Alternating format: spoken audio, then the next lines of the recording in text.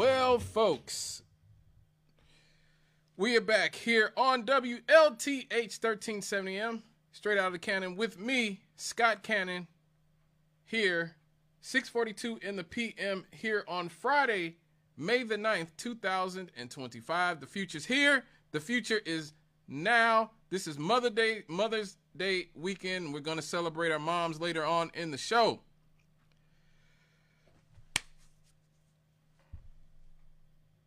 But let's get back into it. Well, folks, 1985 was officially 40 years ago. You feel old yet? That means it was over 40 years ago. It was 40 years ago that Ronald Reagan was starting his second term in office. The Chicago Bears were Super Bowl shuffling.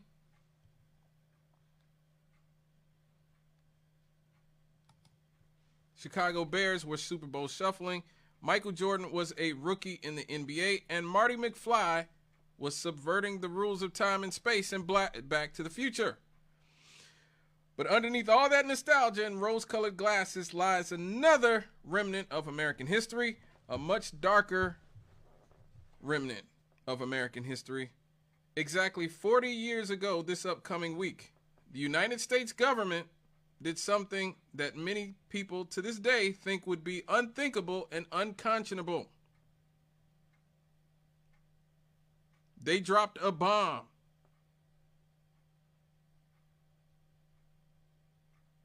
on an American city. Yes, on one of the biggest cities in America, leveling multiple city blocks and leaving in its wake a trail of dead and injured civilians.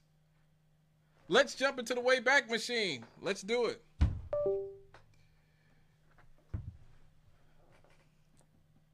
The organization MOVE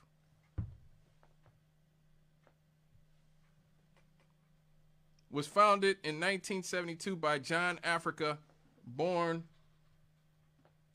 was born Vincent Leapart. He was drafted by the United States Army during the Korean War, and he would serve over a year in an infantry unit. Now, because he was functionally illiterate, he dictated his thoughts to a man named Donald Glassey, who was a social worker from the University of Pennsylvania, and created what he called the guidelines as a basis for this communal group. Members of MOVE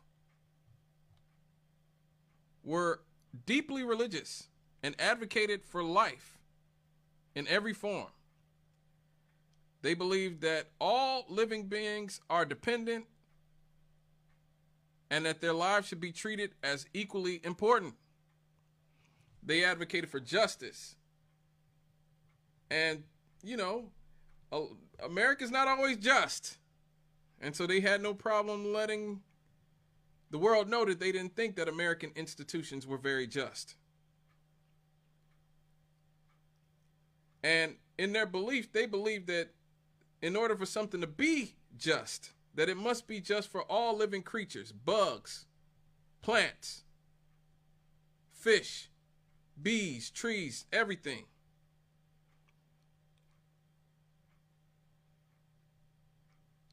Now, as a part of this group, everybody in the group did exactly what John Africa did, which was they changed their surnames to Africa to show reverence to what they regarded as the homeland, the motherland of Africa. Their political views were left-wing, sort of a mix of black power and hippie ideology that was very popular in the 1960s. They were like sort of the Black Panthers mixed with the hippies. They were also an animal rights advocacy organization. Hence, again, they believed all living things had rights, and in order for things to be just, it had to be just for all living things, not just human beings. They demonstrated against puppy mills, zoos, circuses. They did not support any type of enslavement or exploitation of animals either. They protested 3 Mile Island and nuclear power and industrial pollution. And in an echo to our first story, they protested against police brutality. Now, this group, MOVE, lived in a commune in a house owned by Donald Glassy in the Powelton Village section of West Philadelphia. Now, at first, their neighbors did not seem to mind the group. They just seemed like sort of peaceful hippies, or, you know, black hippies or whatever, maybe with some political views and ideologies. But they came under the scrutiny of law enforcement, specifically under the administration of Mayor Frank Rizzo, who was considered one of the worst mayors in American history. He used to be a police commissioner and was very known for his hard line against activist groups. And so this was coming at a time in the 60s and 70s where our government was really, particularly the FBI and police departments, were at war with all these groups. The Weather Underground, the Black Panthers, even people like John Lennon were targeted. There's a great documentary about this called The United States, The United States Government versus John Lennon. I think that's what the documentary is called, about how our government basically tormented John Lennon from the Beatles for years. And the FBI basically stalked him and you know, terrorized him for years because he was for peace against the Vietnam War. And so this is the sort of environment that this was happening in. Now,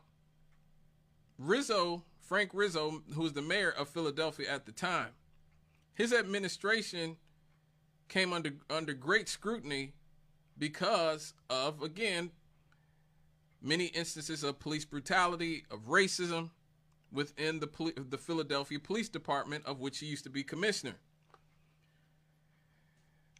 Before and after his term as police commissioner, they engaged in police misconduct and all kinds of profiling and brutality that came to light even for years, even after he was gone.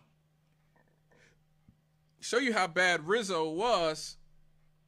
In 1993, a survey of historians, political scientists, and urban experts conducted by Melvin G. Holley at the University of Illinois, Chicago, had Rizzo ranked as the 5th worst American big city mayor to serve between the years 1820 and 1993. When the survey was limited to mayors that had only been in office post-1960, he was ranked as the absolute worst. So this is who MOVE was essentially in a Cold War with.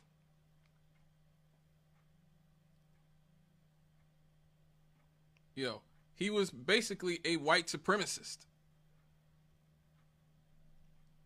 When his terms were up and he could no longer run for mayor any longer, he attempted to run for re-election, but was defeated after he told his supporters to vote white.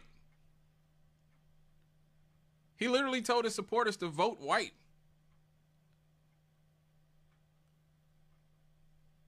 So that's who Frank Rizzo was. That's who was sort of, finding himself on the side of the establishment in the war against the MOVE organization. In 1977, 3 MOVE members were jailed for inciting a riot and occasioning further tensions, protests, and armed displays from the group.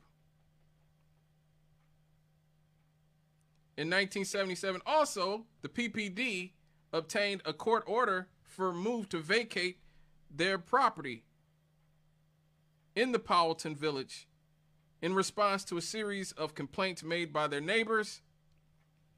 Now, MOVE agreed to vacate and surrender their weapons if the PPD released members of their groups held in city jails. And so, look, I'm not saying these people were the greatest neighbors in the world. Some of their neighbors said that they were loud, that they would spew religious messages. Sometimes they were obscene, according to some witnesses.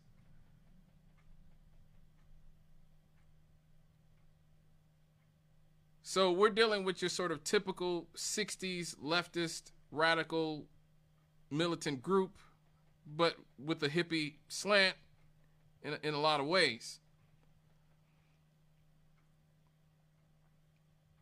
But there is no doubt that the government was also targeting them, particularly under the administration of this very corrupt and racist mayor, Frank Rizzo, in Philadelphia. Now, about a year after this, in 1978, the Philadelphia Police Department had a standoff with the members of MOVE who had not left the property yet. When the police attempted to enter the house, a shootout ensued, and one of the officers, James J. Ramp, was killed by a gunshot to the neck. 16 police officers and firefighters were also injured in the firefight. Now, the group, MOVE, they claimed that Ramp was facing the house at the time and denied that the group was responsible for his death, insisted that he was killed by his own people. It's friendly fire. Which, again, I don't know, it depends on who you believe in that situation, but MOVE says that he was killed by friendly fire from the police department, not by any of them. Now, the prosecutors alleged that MOVE members fired the fatal shots and charged Debbie Sims Africa and 8 other MOVE members with collective responsibility for his death. The 9 members of the MOVE organization that were charged with third-degree murder for his death became known as the MOVE 9. Each was sentenced to a maximum of 100 years in prison. Now, in 1981, this organization, the MOVE organization, moved to another house on Osage Avenue in the Cobbs Creek area of West Philadelphia. And, well, neighbors started complaining again about trash around the building. There were confrontations with the neighbors. There were bullhorn announcements of sometimes obscene political messages by the MOVE members. So again, these people were not the greatest neighbors in the world. I'm not going to sit here and pretend that they were.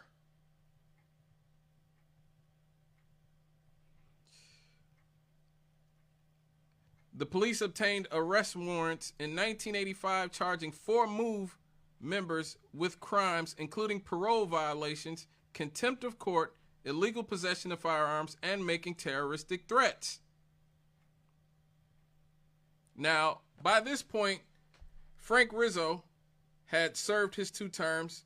He was out of office and could not run again because you can't, in Philadelphia, you're not able to serve more than 2 consecutive terms. He would later try to run, which is when he told his supporters to vote white, after that. Now, in 1985, the mayor was Wilson Goode. And Wilson Goode and their current police commissioner at that time, Gregor J. Samber, classified MOVE as a terroristic organization. And at this point, the police began to evacuate residents of the area from the neighborhood prior to their action. Residents were told that they would be able to return to their homes after a 24-hour period. That would be a lie. Because on May the 13th, 1985, nearly 500 police officers, along with city manager Leo Brooks, arrived in force and attempted to clear the building and execute all the arrest warrant. Now, 500 police officers were called out for a group with 13 members. Of the 13 members, only 7 were adults. 6 were children.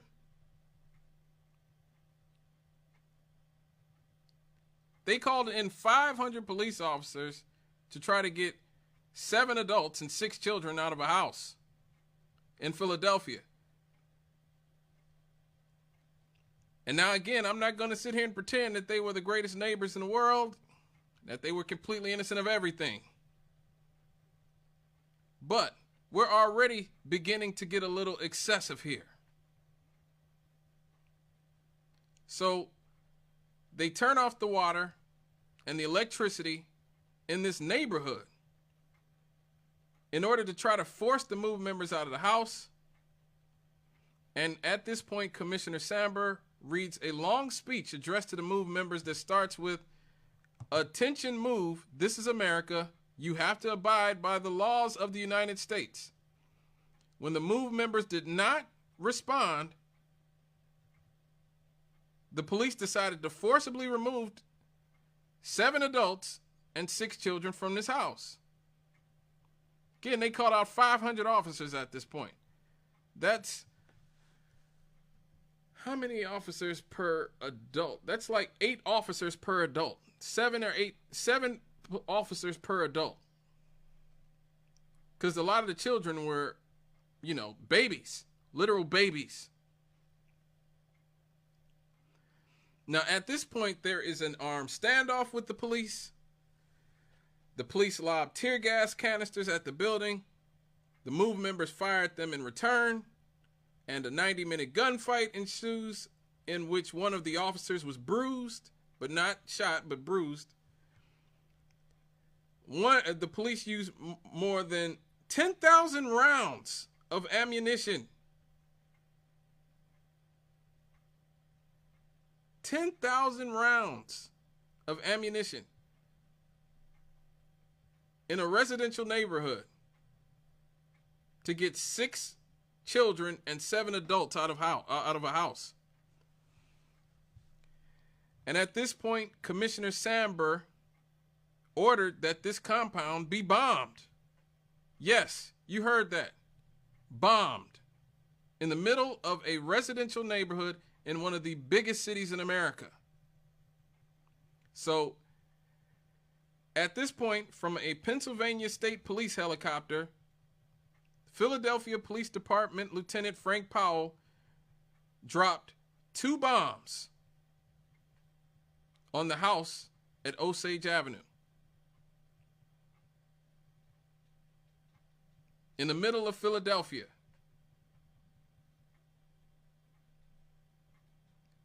The ensuing fire killed 11 of the people in the house, including John Africa, 5 adults, and 5 children. The oldest child was 13. The youngest was 7.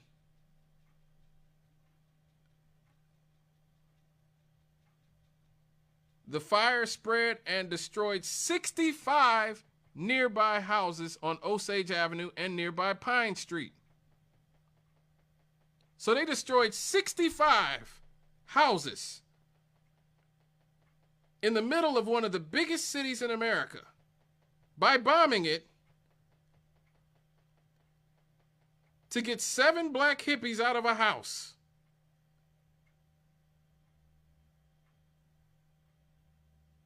Now again, I'm not going to be one of these people who make it seem like they were innocent and great and everything. Again, their neighbors seem to not have liked a lot of things about the organization themselves.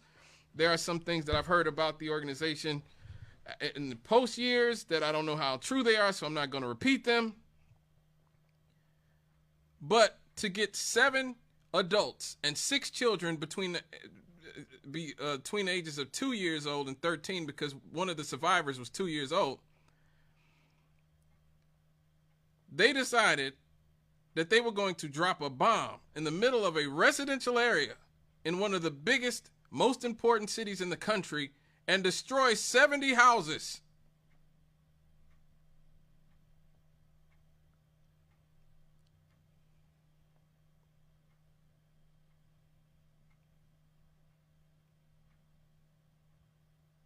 Now, there were only 2 survivors from this house. Of the 13 people that were in the house, one of them was the spokeswoman who continues to be that spokeswoman to this day, Miss Ramona Africa, and said that the police fired at them when they were trying to escape. So they were trying to get out the house. This is what she says. She says they were trying to get out the house, but that as soon as they tried to come out the house, the police fired at them and stopped them from escaping. Now, of course, this caused great outrage. As you might suspect, this caused great outrage, as it should have. All of this. So at that point, Mayor Wilson Goode appointed an investigative commission called the Philadelphia Special Investigation Commission, or PSIC, which was chaired by William H. Brown III, and the commissioner, the police commissioner, Gregor Sandberg, was forced to resign in 1985. Now, in a speech the following year, he said that he was actually the fall guy. He was a surrogate for Wilson Goode. Now, it's important to acknowledge that, like we did in the first block, in the A block, that Wilson Goode was a black man. This was a black mayor. This wasn't Frank Rizzo who did this to these black people and in this black neighborhood and destroyed a community. This was a black mayor, Wilson Goode, who did this. And just like in our first story in the A block, you see that even black people can be agents of white supremacy.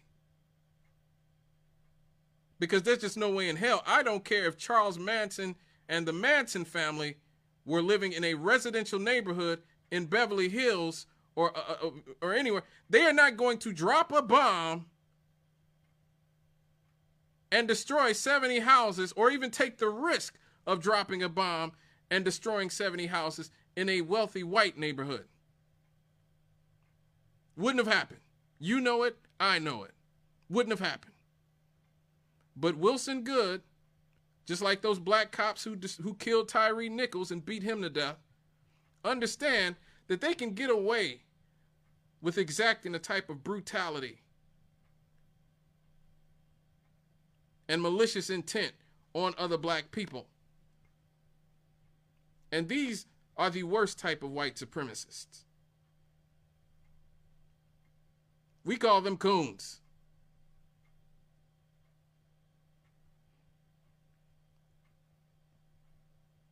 Now, you would think that after destroying an entire neighborhood, 70 houses in a residential area in one of the biggest cities in America, that Mayor Goode, Commissioner Sandberg, all of these people would probably be in jail, right? Oh, God, no.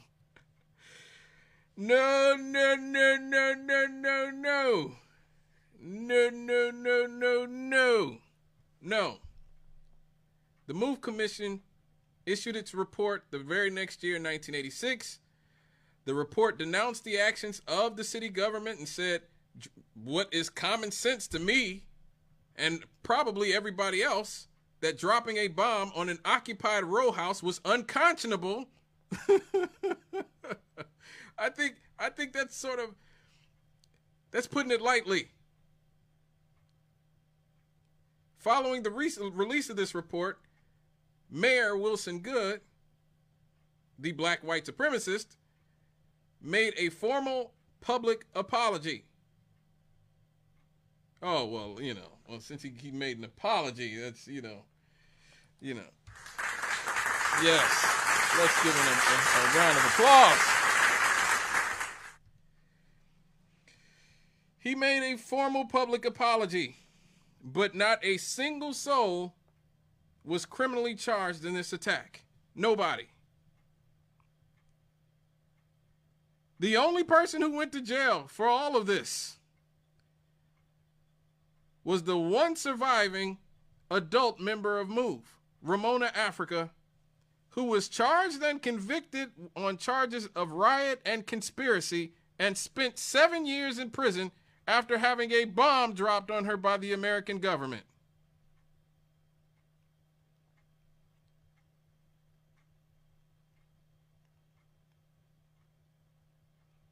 That's right. The only person who went to jail for this is one of the victims. Now, it's important to remember that, again, these stories are important. These stories are important because it's important to watch how our government, both Republicans and Democrats or whatever, because if I'm not mistaken, I'm pretty sure Wilson Goode is a Democrat. I think Rizzo, let me see, Frank Rizzo. Let me see Frank Rizzo's political. Let me see what his political. Okay, he was a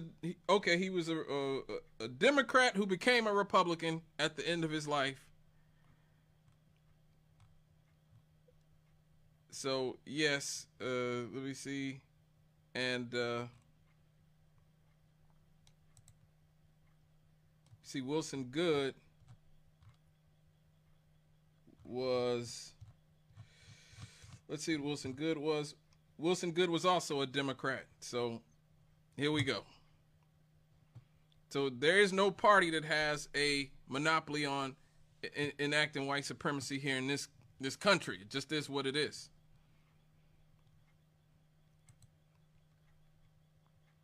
So it's important to watch how our government, Republicans and Democrats,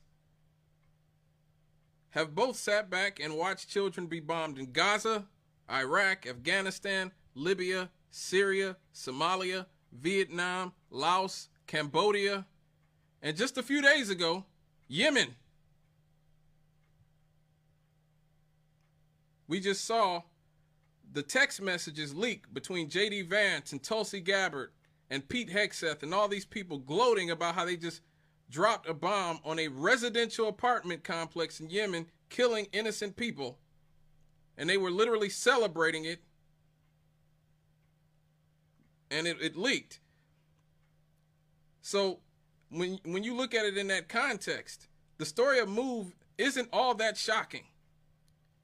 Because it's not shocking that the United States government would drop bombs on men, women, and even children.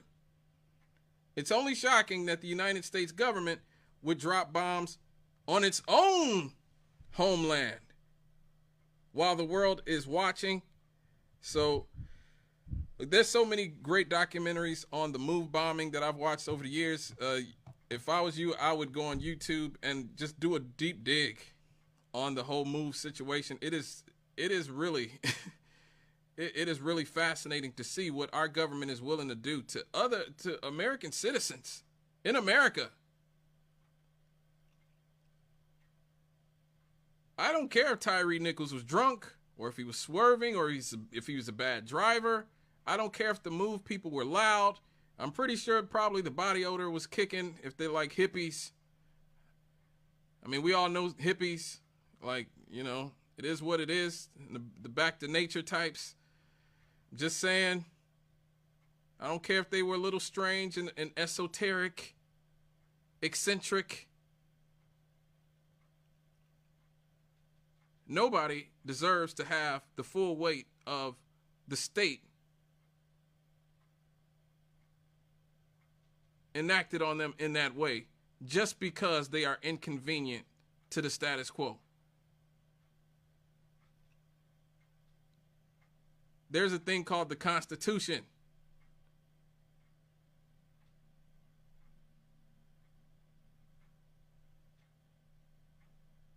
There's a such thing as excessive punishment and excessive force. And in both stories that we've seen thus far, this is what the story is. Now, this isn't the only anniversary that we are observing this week. On May 4th, in Kent State University in Ohio, members of the Ohio National Guard fired into a crowd of students randomly protesting the Vietnam War and the U.S. invasion of Cambodia. They killed 4 innocent people, completely innocent people: Allison Krauss, Jeffrey Miller, Sandra Shire, and William Schroeder, and wounded 9 others. Now, the thing that makes this case so exceptional is that it shows that, once again, United States government, if you are seen as inconvenient, we'll get rid of you in front of the whole world. Now, black people always knew this and have always known this. But the thing that made the Kent State shooting so exceptional was that everybody killed there were white.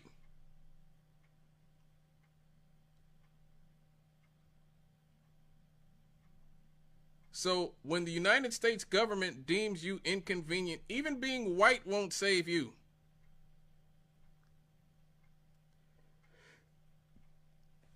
And this is why the late, great Dick Gregory, Baba Gregory, said it best. And he always said this to white America. He said, be careful what you let them do to us. Because what they do to us today, they'll do to you tomorrow.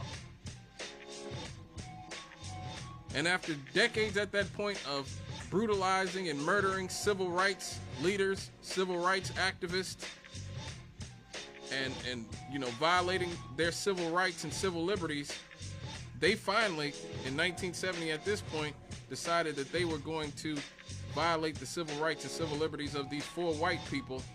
Because once they can get away with doing it, once they know they can get away with doing it, and that much of America will go with them, what's to stop them from doing it to you? What's to stop any of it?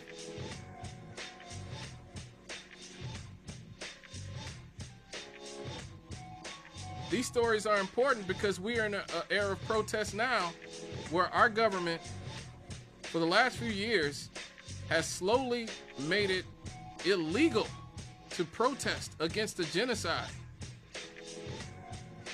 and has enacted the police and ICE and other vessels of the United States government to disappear people, to deport people,